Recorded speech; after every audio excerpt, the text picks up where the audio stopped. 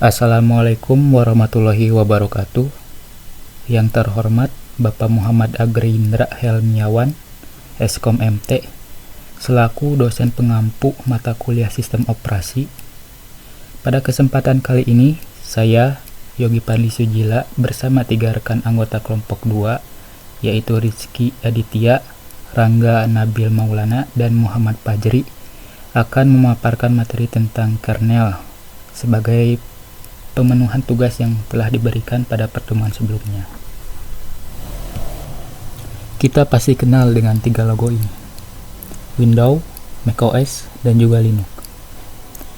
Ketiganya merupakan sistem operasi dan digunakan sebagai alat untuk berinteraksi dengan komputer, baik itu untuk menjalankan aplikasi, mengakses file, dan lain sebagainya.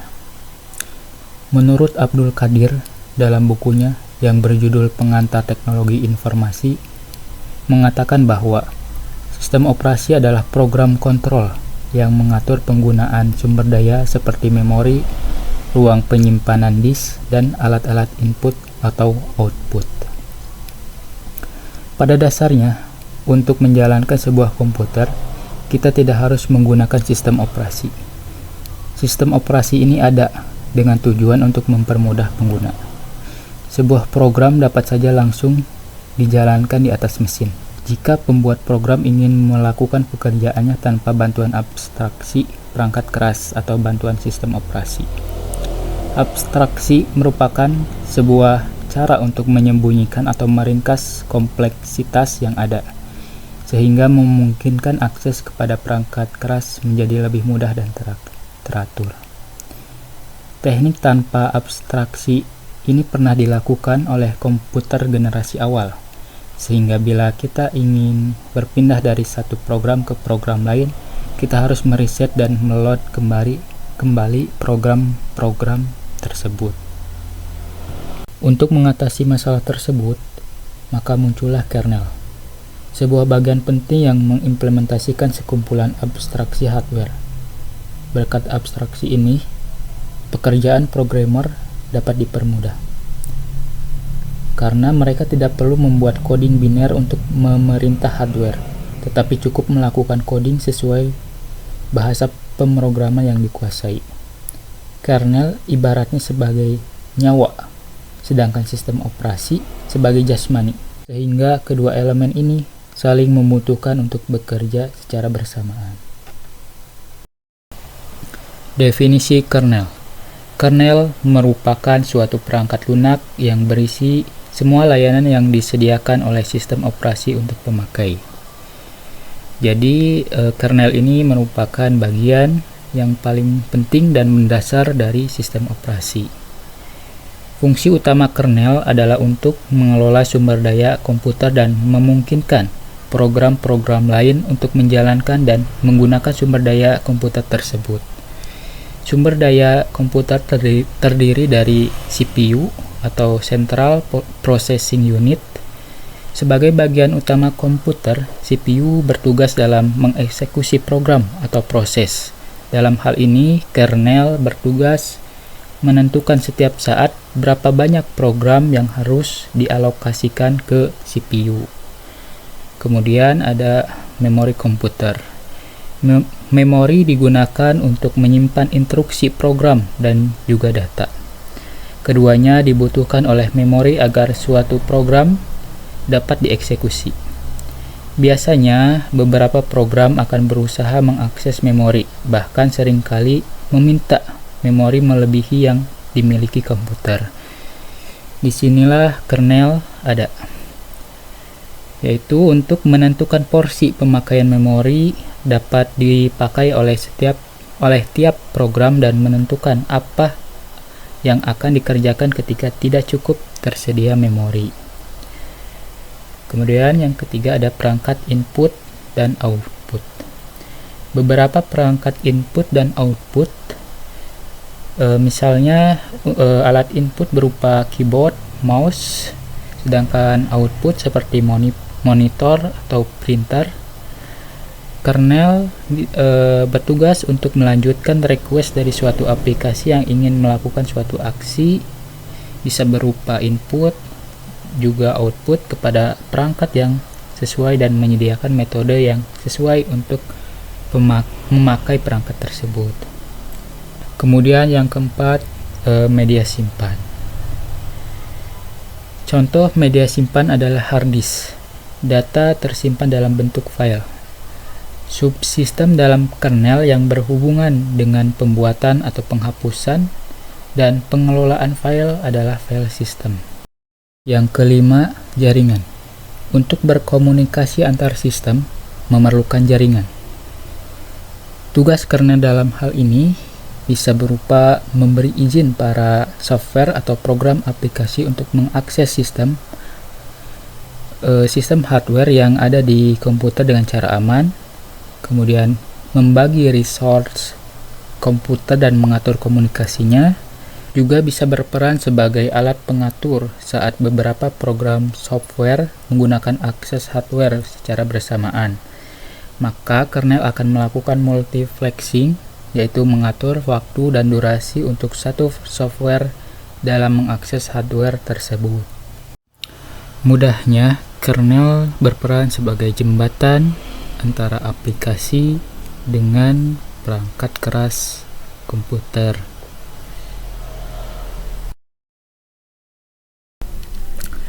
Desain kernel. Para arsitek sistem operasi mengembangkan kernel menjadi 4 desain yang berbeda. Yang pertama ada monolithic kernel.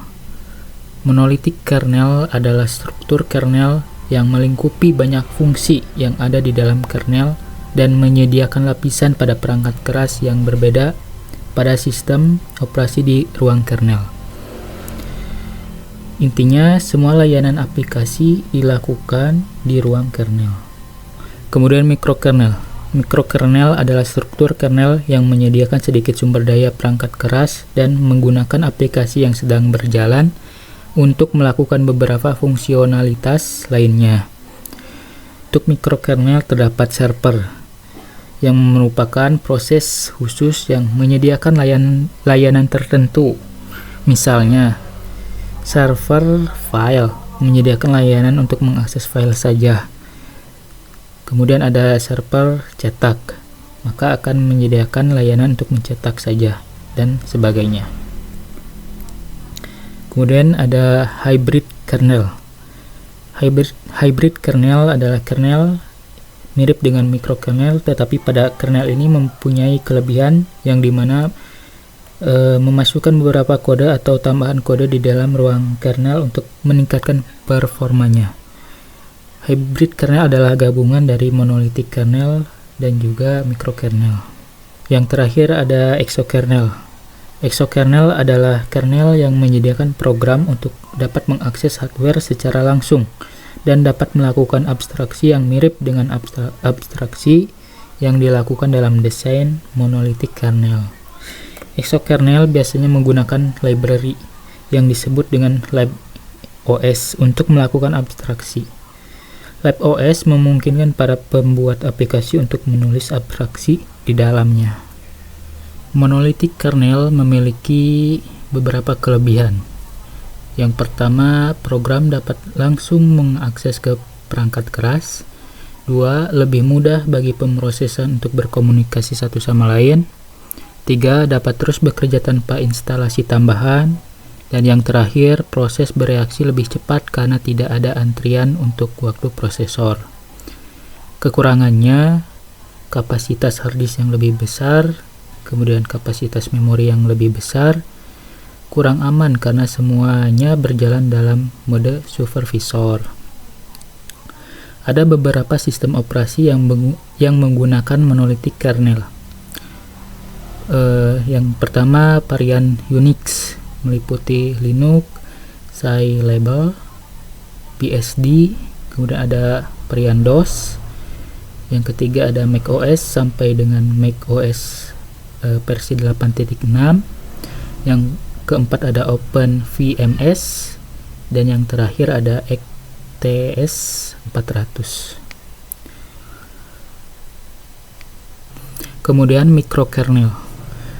Kelebihannya berupa portabilitas, kemudian kapasitas hard disk yang lebih kecil, kapasitas memori yang lebih kecil, dan lebih aman tentunya dibanding monolitik kernel.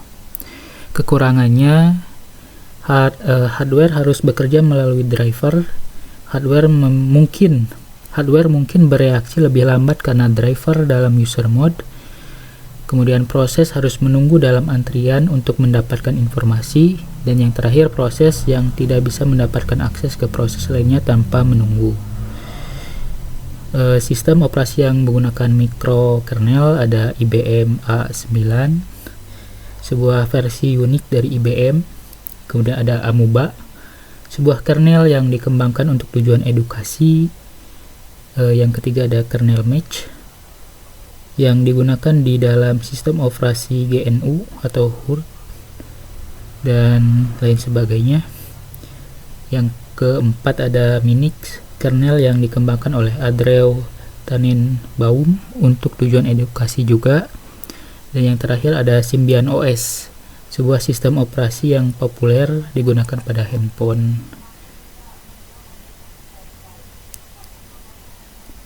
Hybrid kernel.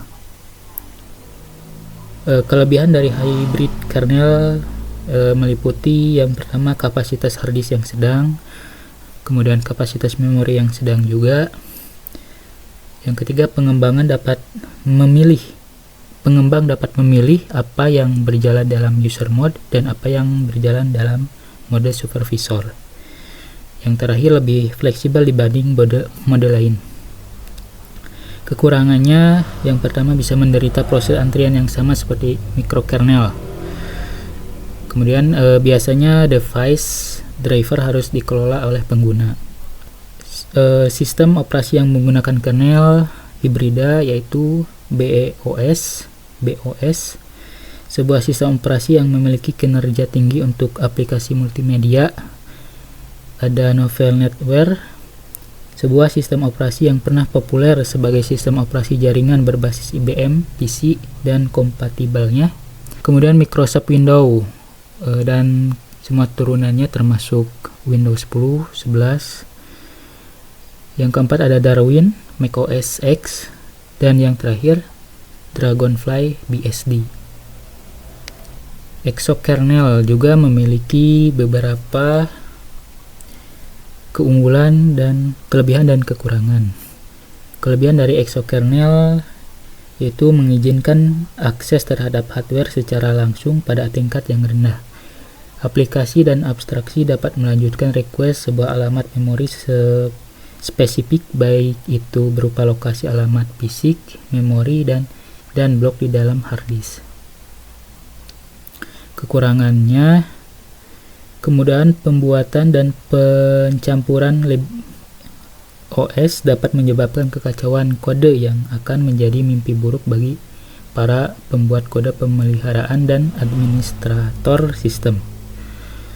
LibIOS juga yang berbeda mungkin memiliki tingkat kompatibilitas dan interoperabilitas yang berbeda satu sama lain. Kemudian informasi yang seharusnya berguna bagi kernel dapat hilang jika abstraksi terkait diimplementasikan di libIOS dan bukan di kernel. Sistem operasi yang menggunakan exokernel ada Mid exokernel dan Nemesis. Ya baik, saya Rizky Aditya akan menjelaskan tentang layer kernel. Abstraction layer adalah suatu cara untuk menyembunyikan detail implementasi dari sekumpulan fungsi. Model software yang menggunakan layer abstraction seperti ini, misalnya model OC layer untuk protokol jaringan komputer serta library grafik pada OpenGL. Di sini terdapat gambar layer kernel. Di dalam hardware platform terdapat Linux. Di atasnya user space, user application, GNU, C library, glibc. Di bawahnya ada kernel space, system call interface kernel, arsitektur, dependent kernel, kode. Kebanyakan sistem operasi modern menggunakan konsep kernel ini. Keberadaan kernel merupakan konsekuensi dari desain sistem komputer sebagai rangkaian abstraction layer, di mana tiap layer bergantung pada fungsi dari layer di bawahnya. Jika tidak ingin menggunakan kernel, maka kita harus mendesain semua software dalam sistem tanpa menggunakan abstraction layer. Akibatnya, tentu saja akan menambah kompleksitas desain. Selanjutnya, direktori kernel. Sebuah source kernel Linux biasanya tersedia dalam format kompresi GZ atau BZ2. Saat kernel tersebut telah diekstrak, akan terdapat sebuah direktori baru berisi source kernel yang telah terekstrak. Misal, kernel source 2.4.18. Di dalam direktori tersebut terdapat beberapa file dan subdirektori. Setiap file atau direktori yang terdapat di dalam kernel memiliki fungsi khusus untuk menangani kompilasi, konfigurasi, serta instalasi kernel Linux ke sistem. Berikut penjelasan masing-masing direktori yang terdapat di dalam direktori kernel source Linux. Ke-1, documentation, berisi informasi tentang kernel Linux dan subsistemnya. Beberapa informasi diperuntukkan bagi end user, pengguna. Selain itu, terdapat juga beberapa file yang khusus diperuntukkan bagi developer Linux. Kedua, ARCH, tipe dari arsitektur prosesor komputer yang didukung oleh kernel Linux. Isi dari subdirektori tersebut antara lain Alpha Chris IA64, MIPS Paris S390, Sparks 64, ARM i386, M86K, MIPS 64, PVC, S390X, PER. Ketiga, driver, berisi kode-kode program driver perangkat keras seperti driver USB drive, kartu jaringan, video card, dan lain-lain. Keempat, FS, berisi kode program yang digunakan untuk mendukung file system yang ada, misal NFS X2, X3, MS-DOS, Minik, dan lain-lain. 5. Include, berisi header file H yang akan digunakan oleh source kernel. Ke-6, init, kode inisialisasi kernel. Ke-7, IPC, kode-kode yang diimplementasikan pada sistem P, Interprocessor Communication APIs, misal Semaphores, MessageQuest, dan Shared Memory. Ke-8, kernel, berisi kode-kode dasar dari kernel Linux, berisi kode program untuk proses penjadwalan, scheduling, pengalokasian resource, mode-mode kernel, dan lain-lain. Ke-9, lib, standar pustaka C, misal C-type, sprint type, dan lain-lain. Ke-10, berisi kode sumber untuk sistem manajemen memori Linux. Ke-11, net, berisi kode program untuk diimplementasikan pada protokol jaringan seperti IP, P6, IPv4, dan lain-lain. Ke-12, script, berisi script untuk konfigurasi kernel, misal econfig, dan lain-lain. Sekian dari saya, terima kasih. Perkenalkan, nama saya Muhammad Badri Padilah. Saya akan menjelaskan tentang fasilitas dan versi kernel. Fasilitas kernel. Yang pertama adalah ada pengaturan proses. Kernel menggunakan algoritma penjadwalan untuk menentukan proses mana yang akan dikerjakan berikutnya dan beberapa lama waktu yang akan diberikan. Yang kedua, ada pengaturan memori. Kernel memiliki akses penuh ke memori sistem. Yang tiga, ada pengaturan perangkat. Kernel mengontrol aplikasi yang membutuhkan akses ke perangkat-perangkat yang terhubung ke komputer. Yang keempat, ada sistem calls.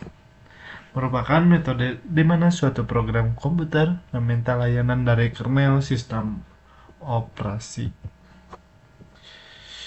Nah, yang terus saya di sini akan menjelaskan versi kernel. Kernel Linux adalah kernel yang digunakan dalam sistem operasi GNU atau Linux. Kernel ini merupakan turunan dari keluarga sistem operasi Unix, dirilis dengan menggunakan lisensi GNU (General Public License) dan dikembangkan oleh pemrogram di seluruh dunia. Linux merupakan contoh utama dari perangkat lunak US yang berbasis dengan sumber terbuka. Pada April 1901, Linus Torvalds merupakan seorang berusia 21 tahun dari Universitas Helsinki, Finlandia, mulai memikirkan suatu ide sederhana untuk suatu sistem operasi. Ia memulai dengan task switcher dalam bahasa rakitan x86 pada Intel. Sekian. Dan sebuah driver terminal. Setelah itu, banyak orang berkontribusi pada proyek ini. Pada September 1991, Linux versi 0.01 telah dirilis di server FTP sekian milik Finis Universitas and Research Network atau disingkat VNet. Rilis pertama tersebut memiliki 90.239 baris kode. Pada Oktober 1991, Linux versi 0.2 dirilis. Pada Desember 1991, Linux versi 0.11 dirilis. Versi ini adalah versi pertama yang di-host oleh Linus Torpedo sendiri. Linux 0.11 dapat dikomplikasi dengan komputer yang menjalankan Linux 0.11. Saat ia merilis versi 0.12 di bulan Februari 1992, Torvalds mengadopsi GNU General Public License atau lebih sering disingkat GPL, dan berhenti menggunakan lisensi yang ia buat sendiri yang tidak boleh didistribusikan secara komersial. Pada Maret 1992, Linux versi 0.95 adalah versi pertama yang bisa menjalankan X. Lompatan versi yang jauh ini karena Torvalds merasa fitur-fiturnya sudah lumayan lengkap dan ia menganggap sudah layak untuk langsung ke versi 1.0. Namun, ternyata langkah ini terlalu berlebihan karena dari tahun 1993 sampai awal 1994 muncul 15 versi perkembangan Linux 0.99. Pada 14 Maret 1994, Linux 1.0 dirilis dengan 176.250 baris kode. Pada Maret 1995,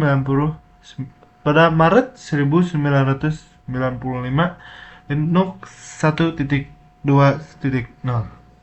dirilis dengan 310.950 baris kode. Versi 2 Linux dirilis pada 9 Juni 1996 dan diikuti oleh perubahan versi besar di bawah versi kepala 2. 20 Januari 1999, Linux 2.2.0 dirilis. 18 Desember 1999, patch IBM Mainframe untuk versi 2.2.13 diterbitkan dengan memperbolehkan Linux dijalankan di mesin bisnis. 4 Januari 2001, Linux 2.4.0 dirilis. 17 Desember 2003, Linux 2.6.0 dirilis. Mulai 2004, proses rilis berubah dan kernel baru mulai dirilis rutin setiap 2-3 bulan dengan nomor 2.60, 2.61 sampai 2.6.39. Pada 21 Juli 2011, Linus Torvalds mengumumkan rilis Linux 3.0. Lompatan versi ini bukan karena perubahan teknologi besar-besaran dibandingkan dengan Linux 2.6.39, tetapi menandakan ulang tahun ke-20 kernel Linux. Proses waktu rilis tetap sama per tahun 2012. Linux 3.2 telah memiliki 14.998.651 baris kode. Terima kasih. Baik, saya Rangga Nabil Maulana. Di sini saya akan menjelaskan tentang kernel error. Kernel error. Ketika kernel Linux mendapatkan fatal error dan tidak mungkin melakukan recovery, maka akan muncul beberapa opsi seperti berikut. Error di gambar itu adalah kernel panik di Linux, mirip blue screen di Windows. Ini biasanya terjadi karena masalah serius di level inti sistem. Bisa disebabkan oleh satu, hardware bermasalah, misalnya RAM atau hard drive. 2, driver atau modul kernel yang nggak kompatibel. 3, korupsi data atau sistem file. Langkah-langkah yang bisa dicoba: 1. Restart komputer. 2. Cek hardware dan update driver kalau perlu. 3. Lihat log sistem di Linux. Untuk detail lebih lanjut di /var/log/syslog atau /var/log/message.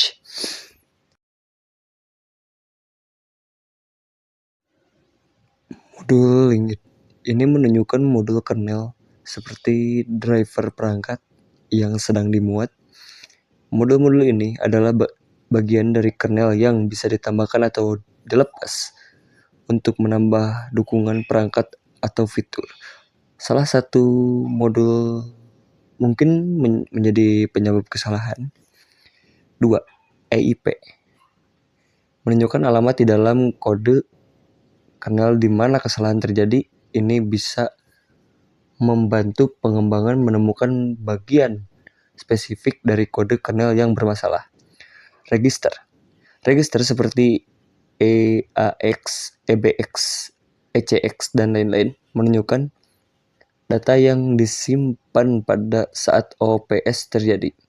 Ini lebih berguna bagi pengembang kernel atau pemecah masalah lanjutan yang mencoba melacak sumber kesalahan.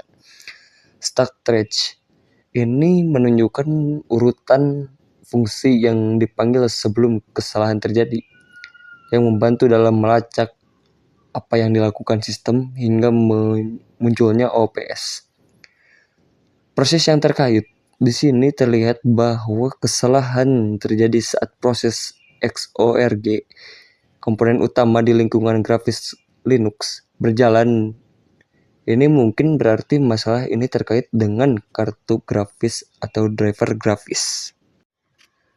Kesimpulan: kernel adalah inti dari sistem operasi dan berfungsi sebagai penghubung antara perangkat keras dan perangkat lunak.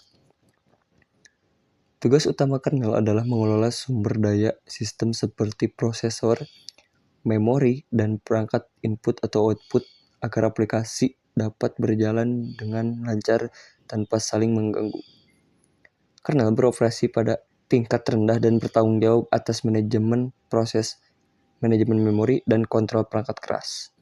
Dalam sistem operasi modern, kernel juga mendukung multitasking, memungkinkan banyak proses dijalankan secara bersamaan. Kernel memungkinkan aplikasi untuk menggunakan perangkat keras secara efisien dan aman, dengan memastikan bahwa setiap aplikasi hanya dapat mengakses sumber daya yang diotorisasi. Demikian presentasi dari kelompok kami tentang kernel. Terima kasih atas perhatian dan waktunya. Kami harap apa yang telah kami sampaikan dapat memberikan manfaat dan wawasan baru bagi kita semua.